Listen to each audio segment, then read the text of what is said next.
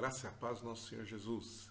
Estamos aqui para dar continuidade ao nosso estudo no Evangelho de Lucas, das parábolas que Lucas registrou, e estamos já caminhando para o final dessas parábolas, que coincide evidentemente com o final da vida de Jesus aqui nesta terra, quando ele entrega a sua própria vida em favor de todos nós pecadores.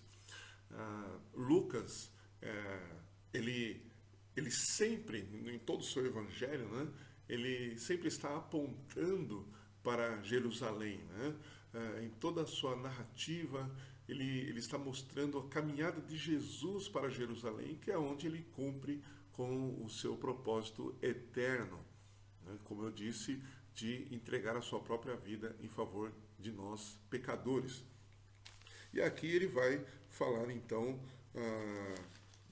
de uma parábola, que diz respeito principalmente à questão da autoridade que ele tem sobre tudo e sobre todos.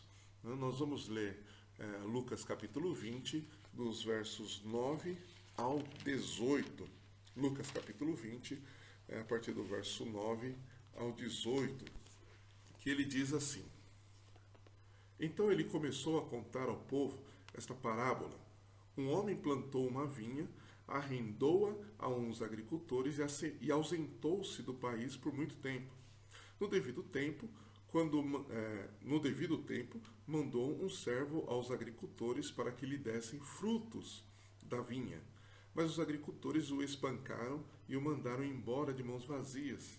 De novo enviou-lhes outro servo, mas eles o espancaram também e, o insultando, mandaram-no embora de mãos vazias. Mandou ainda o terceiro, mas eles também o feriram e o expulsaram. Disse então o dono da vinha: Que farei? Mandarei meu filho amado, talvez eles o respeitem. Mas quando os agricultores o viram, disseram entre si: Esse é o herdeiro, vamos matá-lo para que a herança seja nossa. E atirando-o fora da vinha, eles o mataram. Que lhes fará então o dono da vinha? Virá e destruirá esses agricultores e dará a vinha a outros. Ouvindo eles isso, disseram: Que isso não aconteça. Mas olhando para eles, Jesus disse: Então, o que quer dizer isso que está escrito? A pedra que os construtores rejeitaram tornou-se a pedra angular.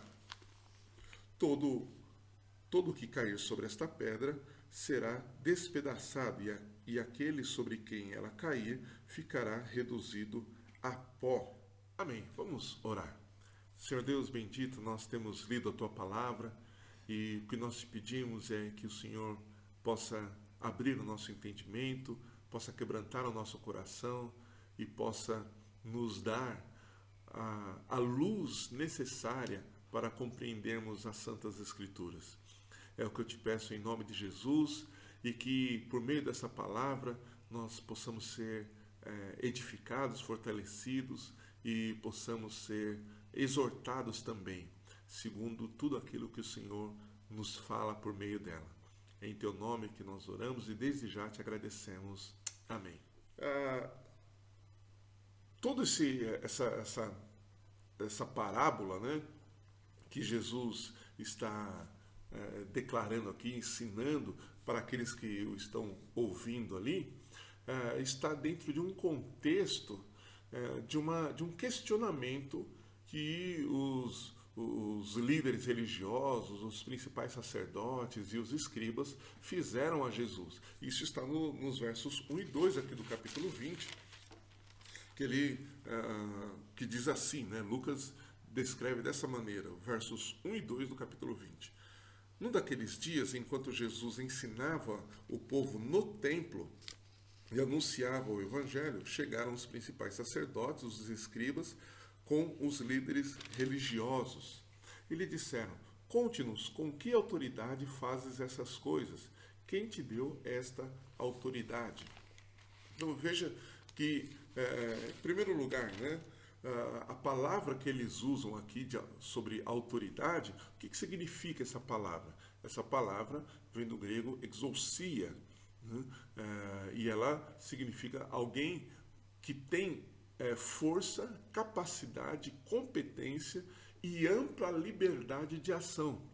Essa autoridade, ela representa um poder legal, um poder de lei, tem força de lei, né? E não só uma força de lei no mundo natural, mas também uma força de lei no mundo espiritual, né? Quem tem essa autoridade tem o poder, tem o direito e a força para agir de forma irrestrita, sem precisar dar explicação ou dar alguma satisfação para qualquer outra pessoa. Por ser um poder legal, por ser um poder com força de lei, né, também tem uma força de magistrado, ou seja, tem uma força de juiz, de determinar o rumo e o destino da vida das pessoas. Quem tem essa autoridade pode determinar, estabelecer o rumo da vida de alguém. E isto é equivalente a uma ordem judicial, né? Com abrangência tanto no mundo físico como no mundo espiritual. Até os principados, né, e potestades estão sujeitos a esta autoridade e a este poder. Eles, os escribas, né, os fariseus, os doutores da lei, eles estavam indagando a Jesus sobre quem havia lhe dado esse direito ou poder de ordenar, decidir e atuar e até mesmo de se fazer obedecer. E ainda mais, eles estavam indagando a Jesus quem havia lhe dado autoridade de expulsar pessoas do templo, né? O que eles ou aqueles que eles tinham autorizado a atuar. Né? Tudo isso porque no capítulo 19, o que nós vemos é todo um amplo contexto. Né? No verso 28 do capítulo 19, é relatado por Lucas a entrada triunfal de Jesus quando ele está a caminho de Jerusalém. Ele está subindo para Jerusalém e ele entra na cidade e é celebrado como um rei. Uma grande comitiva vai recebê-lo, né, e o recebe como rei, né, e ele entra celebrado como um rei, mas montado num jumentinho, né, e logo que ele chega de fato na cidade, né, quando ele vê a cidade do alto, no verso 41 do capítulo 19, diz que ele chorou por ver a condição espiritual em que a cidade estava. E ele ali lamenta, né, sobre essa questão, e logo em seguida, então, ele entra no templo. Né? Se você tem nos acompanhado nos estudos às terças-feiras, que estamos estudando sobre os evangelhos, no período ali intertestamentário, os fariseus, eles construíram sinagogas e eles ali ensinavam a palavra de Deus nas sinagogas, pregavam ali nas sinagogas e tinham influência sobre o povo que frequentava as sinagogas. E os saduceus, os sacerdotes, né, que foram indicados, que eram indicados e nomeados pelo imperador romano, eles ficavam no templo. Né? Os sacerdotes ficavam no templo, e são justamente esses sacerdotes que estavam no templo, os escribas que estavam no templo, assim como os líderes religiosos, esses é quem estavam indagando. E Jesus vai justamente para o templo, né? Aqui no capítulo 19, depois do verso 41, que ele vê a cidade, depois de ter entrado triunfantemente na cidade, celebrado como um rei, né? Adorado celebrado como um rei e adorado como Deus, né? Ele chora por ver a situação de Jerusalém, do povo, né, de Jerusalém. Então Jesus entra no templo, no verso 45, né, do capítulo 19, e ali ele expulsa os comerciantes, ele expulsa aqueles que faziam vendas ali no templo. Né? E quando ele toma essa atitude, né, de expulsar os comerciantes, ele está purificando o templo. Então Jesus purifica o templo, expulsando os comerciantes, né? E então os saduceus, né, os sacerdotes, questionam com que autoridade Jesus está fazendo essas coisas. Então a relação dessa pergunta, né, sobre a autoridade de Jesus está de fato ligada a tudo aquilo que Jesus está fazendo aqui. Essa entrada triunfal, Jesus entrando no templo, que é o lugar onde os sacerdotes exerciam autoridade e domínio sobre o povo, e ele expulsa os comerciantes que atuavam ali sob a tutela e autorização dos próprios sacerdotes. Então, Jesus é questionado por esses sacerdotes com que autoridade ele estava fazendo essas coisas. Eles questionam, inclusive, com que autoridade Jesus ensinava no templo. Né? Quem havia lhe dado essa autoridade? Além de tudo isso, né, como eles julgavam serem os detentores dessa autoridade, eles rejeitaram a própria autoridade que Jesus exerceu sobre as pessoas, sobretudo essa autoridade exercida no próprio templo, que era o território deles. Nessas perguntas também estão contidas algumas afirmações, né? Tais como: você não anda conosco, não se assentou aos nossos pés para aprender, nem frequentou nossas escolas. Portanto, você não tem a nossa autorização para falar, ensinar e fazer essas coisas. Você está desautorizado a continuar, pois essa autoridade pertence a nós e somente os que nós aprovamos podem falar ao povo e você não foi aprovado por nós. Então, nessa pergunta que eles fazem, né, para Jesus, no verso 2 do capítulo 20, com que autoridade faz essas coisas? Quem te deu essa autoridade? Eles estão dizendo o seguinte: nós não te demos essa autoridade, então você não pode atuar, você não pode vir aqui expulsar os comerciantes, você não pode vir aqui ensinar no templo, porque nós não lhe demos essa autoridade. E essa parábola, então, ou nesta parábola, Jesus vai tratar justamente dessa rejeição à sua pessoa e à sua autoridade.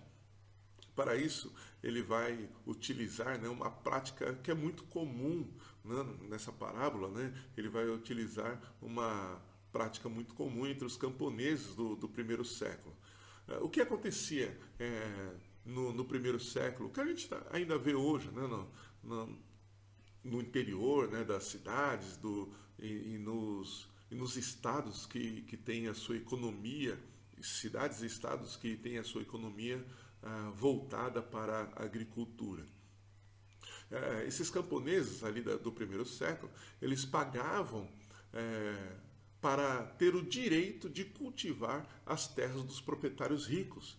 Né? Os proprietários ricos tinham muitas terras e eles então arrendavam essas terras para que os pequenos agricultores pudessem então ali trabalhar, e a forma de pagamento, né, desse arrendamento era que uma parte dos frutos fosse dada, né, para o dono da terra, evidentemente. Voltando então aqui para os versos 10, né, e 10 ao 12 de Lucas 20, que é o nosso texto base aqui, diz o seguinte: no devido tempo, né, depois que o dono da vinha havia se ausentado do país, no devido tempo mandou um servo aos agricultores para que lhe dessem frutos da vinha. Mas os agricultores o espancaram e o mandaram embora de mãos vazias. De novo enviou-lhes outro servo, mas eles o espancaram também e, insultando-o, mandaram embora de mãos vazias. Mandou ainda o terceiro, mas eles também o feriram e o expulsaram. Esses servos que Jesus está falando aqui, né, nesses primeiros versos aqui da parábola, né, do 10 ao 12, esses servos representam os profetas do Antigo Testamento, né, homens de Deus que foram inspirados por Deus para declararem a sua palavra. Esses profetas, né, esses profetas do Antigo Testamento, eles foram maltratados, eles sofreram muito nas mãos dos que se opuseram a eles e se opuseram à palavra de Deus declarada através deles. No verso 13, o dono da vinha resolve então enviar o seu próprio filho. Depois de enviar 3 servos seus, né, mais uma vez lembrando que esses servos eles representam os profetas do Antigo Testamento. Então, o dono da vinha resolve enviar o seu próprio filho. No verso 13 diz: Disse então o dono da vinha: Que farei? Mandarei meu filho amado, talvez ele o respeitem. Se você ler o Evangelho de João, né, logo no capítulo 1, você vai perceber, né, o relato ali, a narrativa de João, dizendo que no princípio era o verbo estava com Deus, e o verbo era Deus, né? E aí no decorrer do capítulo 1, ele vai falar que ele foi enviado para nós, né? Que o próprio verbo vivo, ele habitou entre nós, né? Ele encarnou. Isso é maravilhoso. Mas ele foi rejeitado pelos seus, né? O verso 14 aqui de Lucas 20 diz o seguinte: Mas quando os agricultores viram o filho, né, do dono da vinha, disseram entre si: Este é o herdeiro, vamos matá-lo para que a herança seja nossa. Eles viram ali uma oportunidade de tomar posse definitiva da vinha, caso eles conseguissem matar o herdeiro. Os líderes religiosos, os principais sacerdotes e os escribas acreditavam que se tirassem Jesus de cena, a autoridade que supostamente eles tinham sobre o povo seria preservada, né? Eles estavam determinados a eliminar, né, falando numa linguagem mais contemporânea e comercial, né, eles estavam determinados a eliminar a concorrência, porque eles viam Jesus como um concorrente. Eles não viam Jesus como um pregador da palavra de Deus, eles não viam Jesus como um profeta, como um sacerdote, como um rei, e nem mesmo como o próprio Deus. Eles viam Jesus como um concorrente. E no verso 15, né, nós vemos a crueldade com que os lavradores trataram o filho, né, com a certeza de que se matassem o herdeiro, teriam a posse das terras.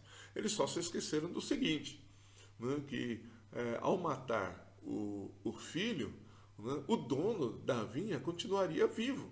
Né? Nessa parábola aqui, apesar deles tramarem tudo isso, eles se esqueceram que a herança só é passada para alguém quando o dono morre.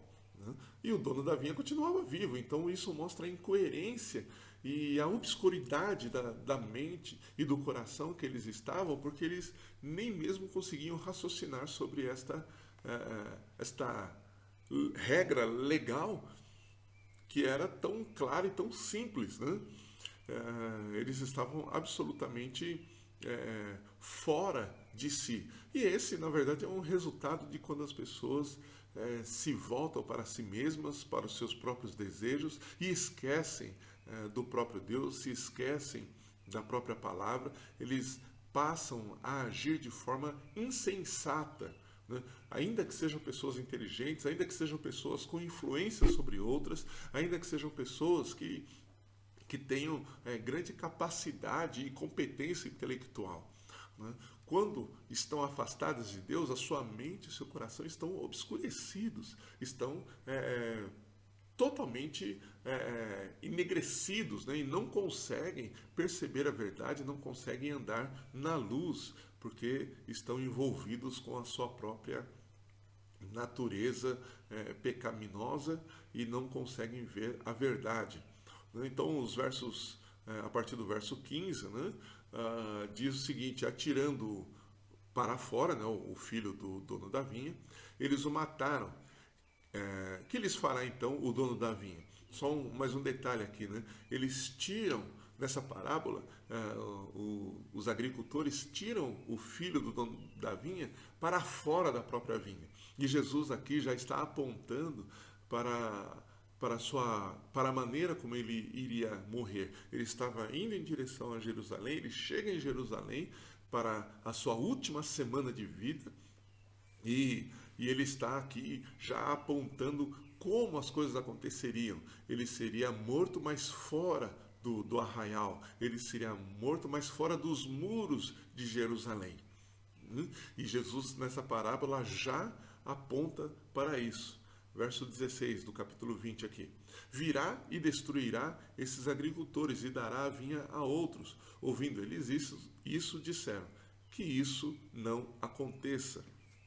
Veja, Jesus deixa claro aqui, né, que Deus julgará e condenará os líderes religiosos, os sacerdotes, os doutores da lei, porque eles rejeitaram e mataram o seu filho.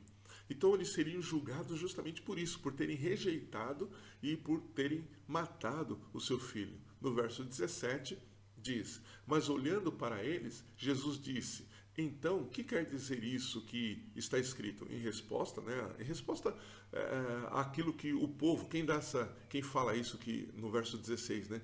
Que isso não aconteça, é o povo. O povo diz isso. Né? E Jesus, em resposta, diz, né? Então, o que quer dizer isso que está escrito? A pedra que os construtores rejeitaram tornou-se a pedra angular.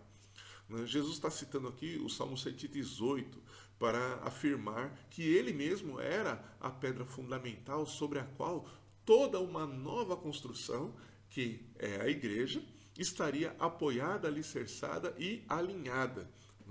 Ele seria o fundamento que alinharia, alicerçaria e apoiaria a igreja nessa nova construção. No verso 18 diz: todo aquele que cair sobre esta pedra será despedaçado, e aquele sobre quem ela cair ficará reduzido a pó. Jesus então termina essa parábola mostrando que a vitória que seus oponentes teriam, né, na sua morte, né, matando seria uma vitória passageira, e eles perderiam o privilégio, no final eles perderiam o privilégio de levar as pessoas para Deus, eles perderiam o privilégio de pregar a palavra de Deus, e isso seria transferido, esse privilégio, essa autoridade seria transferida para aqueles que crescem nele. No fim, eles seriam despedaçados, e assim seria e é com todo aquele que rejeita a pessoa de Jesus e rejeita a autoridade de Jesus. Esses são julgados, condenados e são despedaçados justamente por rejeitarem a pessoa e a autoridade de Jesus. Este será, como eu disse, né, julgado, condenado como culpado e banido para sempre da presença do Santo Deus. No verso 19, né, nós não lemos no início, mas vamos ler agora, ele diz assim: na mesma hora os escribas e os principais sacerdotes, percebendo que ele havia proferido essa parábola contra eles, tentaram prendê-lo, mas ficaram com medo do povo. Então veja, os sacerdotes, os escribas, né, e os doutores da lei que estavam por ali, eles queriam imediatamente após Jesus declarar, né, ensinar essa parábola, eles queriam prender e matar Jesus. Mas eles tinham mais medo do povo do que medo de Deus. Veja como a mente deles estava obscurecida pelo orgulho, pela presunção, e por toda esse egoísmo, né? Porque eles não atentaram nem mesmo para o que a palavra de Deus ensina, o que a lei de Deus ensina, que é, lá nos 10 Mandamentos, que diz uma ordem direta e clara de não matar. Mas eles estavam dispostos a matar a Jesus justamente porque eles estavam se vendo ameaçados ali por Jesus. Mas eles tinham mais medo do povo do que de Deus. Eles não tinham medo. Eles achavam que estavam acima da lei de Deus por serem sacerdotes, por serem escribas. Então a lei não se aplicaria a eles. Um engano completo, absurdo e total. Mostrando, mais uma vez dizendo, mostrando como a mente e o coração estavam obscurecidos pelo pecado.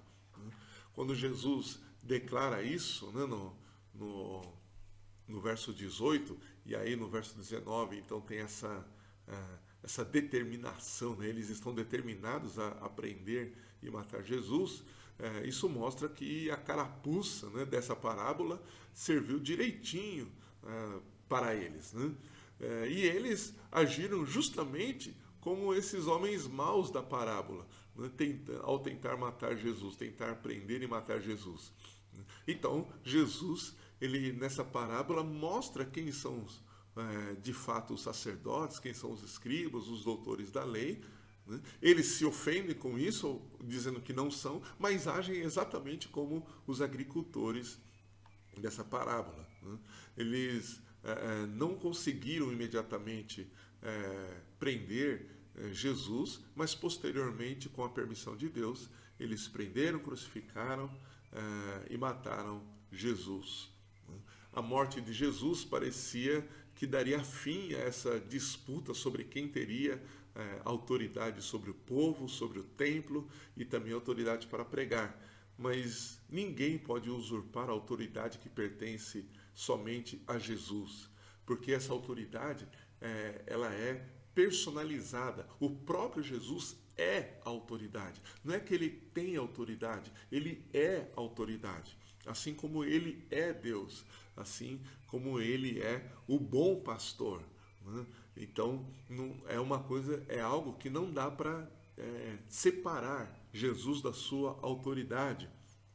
Então, eles tentaram usurpar uma autoridade que não pertence a eles, mas pertence exclusivamente a Jesus. E a Bíblia nos ensina que Jesus dá essa autoridade a quem ele desejar. E a quem ele deu essa autoridade? A autoridade que ele tem nos céus e na terra. Ele deu essa autoridade para os seus discípulos e para a sua igreja, né? Como eu disse, essa autoridade, nessa palavra autoridade, representa um poder de ação, um poder de ordem, um poder de lei judicial que tem efeito tanto no mundo natural como no mundo espiritual. Então, todo o universo está debaixo dessa autoridade de Jesus. Está debaixo do próprio Jesus e debaixo da autoridade de Jesus. E essa autoridade ele deu a ninguém mais do que aos seus discípulos e à sua igreja. Portanto, a igreja de Jesus é quem detém toda essa autoridade sobre os céus, sobre os céus não, né? Mas sobre esta terra, porque essa autoridade foi dada para Jesus nos céus e na terra. Daqui a pouco a gente vai ler esse texto. Então, para nós finalizarmos aqui, né, assim como os líderes religiosos, os principais sacerdotes e os escribas, muitas vezes nós também rejeitamos a Jesus e a sua autoridade, né, a autoridade que ele tem sobre as nossas vidas e a autoridade que ele tem sobre a humanidade. Quando nós questionamos por que devemos obedecer os seus mandamentos, por que devemos obedecer os seus preceitos, as suas ordenanças, né, que estão expressos em sua santa palavra, nós demonstramos falta de conhecimento das Escrituras e também estamos rejeitando a autoridade e soberania de Jesus, além de rejeitarmos a própria pessoa de Jesus. Então, quando nós colocamos em dúvida as suas direções e a maneira como ele determina os acontecimentos em nossas vidas, estamos rejeitando sua autoridade, estamos rejeitando a pessoa de Jesus. Quando não aceitamos os apontamentos que ele faz, mostrando os nossos pecados e exigindo o nosso arrependimento, nós estamos rejeitando a pessoa de Jesus e rejeitando a sua autoridade. Mas com que autoridade Jesus dirige as nossas vidas? Eu estou fazendo a mesma pergunta que os escribas e os sacerdotes, né, os principais sacerdotes, fizeram para Jesus. Só que essa pergunta eu estou fazendo para nós mesmos. Essa pergunta é para nós. Com que autoridade Jesus dirige as nossas vidas? Não é uma pergunta para Jesus. Não é um questionamento sobre se Jesus tem ou não autoridade para dirigir as nossas vidas. Mas é uma pergunta para nós: com que autoridade ele comanda, ele ordena, ele manda e estabelece os seus preceitos sobre as nossas vidas? Mateus 28:18 diz o seguinte: E aproximando-se Jesus, falou-lhes: Toda autoridade me foi concedida no céu e na terra. A autoridade que Jesus tem sobre as nossas vidas é uma autoridade que ele recebeu nos céus e na terra. Na verdade, na sua ressurreição, ele tornou a ter autoridade sobre os céus e a terra e sobre toda a criação, em todo o universo. É com esta autoridade que ele atua sobre as nossas vidas. Quando nós reconhecemos e nos submetemos à pessoa de Jesus e à sua autoridade, nós não só ficamos livres, né, de sermos despedaçados, né, como ele próprio disse, né, ao final da parábola, né, no verso 18, quando ele fala: todo o que cair sobre essa pedra será despedaçado. Quando nós então nos submetemos à sua autoridade, quando nós reconhecemos quem Jesus é, nós somos livres de sermos despedaçados por ele, de sermos julgados, né, por ele e condenados por ele, né? E além disso, ele partilha conosco. Olha só o contraponto. Num primeiro momento nós somos libertos de sermos despedaçados, mas no contraponto, né, o próprio Jesus partilha conosco a sua autoridade, porque na continuidade aí do verso 18 de Mateus 28, ele envia os seus discípulos, né? Portanto, ide. Né? Toda autoridade me foi concedida nos céus e na terra, portanto, ide e pregai o evangelho. Ide como? Debaixo dessa autoridade. Eu concedo a vocês essa autoridade. A palavra de Deus também diz, né, que Jesus vira para os seus discípulos num determinado momento e ele diz que ele dá para a sua igreja autoridade sobre os principados e potestades dessa terra, e o mundo e as potestades, não, na verdade, né, as potestades não prevaleceriam contra a sua igreja. Por quê? Porque ele estava dando da sua própria autoridade para o seu povo e para a sua igreja. Então ele compartilha conosco essa autoridade, e isso é maravilhoso. Então, quando nós oramos debaixo dessa autoridade. Quando nós pregamos debaixo dessa autoridade que Jesus concedeu. Quando nós vivemos debaixo dessa autoridade. E por isso as portas do inferno não podem prevalecer contra nós, que pertencemos à igreja do Deus vivo. Portanto, finalizando, o que nós devemos reconhecer, né, o que essa parábola nos ensina, é que devemos reconhecer, nos submeter e reverenciar alegremente a Jesus por ter toda a autoridade e poder de decidir absolutamente tudo a nosso respeito e a respeito da humanidade. Precisamos reconhecer que Ele tem autoridade sobre as tribulações e os diversos problemas que nos alcançam, mesmo que o choro dure uma noite inteira. Nós precisamos reconhecer que Ele tem autoridade sobre as injúrias e calúnias que lançam contra nós. Nós temos que reconhecer que Ele tem autoridade sobre as enfermidades que muitas vezes assolam as nossas vidas. Nós temos que reconhecer que Ele tem autoridade para comandar e dirigir toda a nossa vida. E nós temos que nos submeter a essa autoridade. Mas essa submissão só se torna feliz e alegre quando nós reconhecemos quem Jesus é. Se nós não reconhecemos quem Ele é, nós não vamos nos submeter alegremente a Ele e à sua autoridade e não vamos desfrutar da sua graça.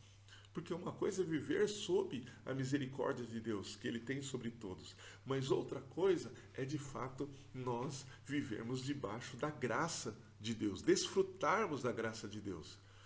A graça de Deus está disponível para aqueles que creem em Jesus. Mas se nós não reconhecemos, ou aqueles que não reconhecem Jesus, apesar da graça estar disponível, ele não vive e não desfruta dessa graça. E não é isso que Deus planejou para nós, não é isso que Jesus planejou para nós. Ele quer que nós desfrutemos da graça por meio de Jesus.